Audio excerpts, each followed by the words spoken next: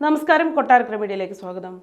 ഇന്ത്യയിലെ ഏറ്റവും ആദരണീയനായ നേതാക്കളിൽ ഒരാളും പ്രശസ്ത സാമ്പത്തിക ശാസ്ത്രജ്ഞനുമായ മുൻ പ്രധാനമന്ത്രി ഡോക്ടർ മൻമോഹൻ സിംഗ് 2024 ഡിസംബർ 26-ന് 92-ാം വയസ്സിൽ അന്തരിച്ചു. പെട്ടെന്നുള്ള ആരോഗ്യ പ്രശ്നങ്ങളെ തുടർന്ന് ഡോക്ടർ സിംഗിനെ ന്യൂഡൽഹിയിലെ എയിംസിൽ പ്രവേശിപ്പിച്ചു.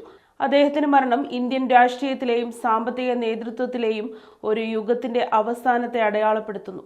1932 സെപ്റ്റംബർ 26-ന് പഞ്ചാബിലെ ഗാഹിൽ ജനിച്ച ഡോക്ടർ സിംഗ് എളിയ തുടക്കം മുതൽ ആഗോള രാഷ്ട്രതന്ത്രജ്ഞനായി ഉയർന്നു. 2004 മുതൽ 2014 വരെ ഇന്ത്യയുടെ പ്രധാനമന്ത്രിയായി സേവനമനുഷ്ഠിച്ച അദ്ദേഹം ഒരു ദശാബ്ദത്തെ സാമ്പത്തിക വളർച്ച, സാമൂഹിക ക്ഷേമ പരിഷ്കാരങ്ങൾ, സുപ്രധാന അന്താരാഷ്ട്ര ഇടപെടലുകൾ എന്നിവയിലൂടെ രാജ്യത്തെ നയിച്ചു. 1991 മുതൽ 1996 വരെ ധനമന്ത്രി എന്ന നിലയിൽ അദ്ദേഹത്തിന്റെ വിപ്ലവകരമായ ഉദാരവൽക്കരണ നയങ്ങൾ ഇന്ത്യയുടെ സമ്പദ് വ്യവസ്ഥയെ മാറ്റിമറിച്ചു. ഇത് ഒരു ആഗോള ശക്തി കേന്ദ്രമായി ഉയർന്നു വരാൻ വേദിയൊരുക്കി.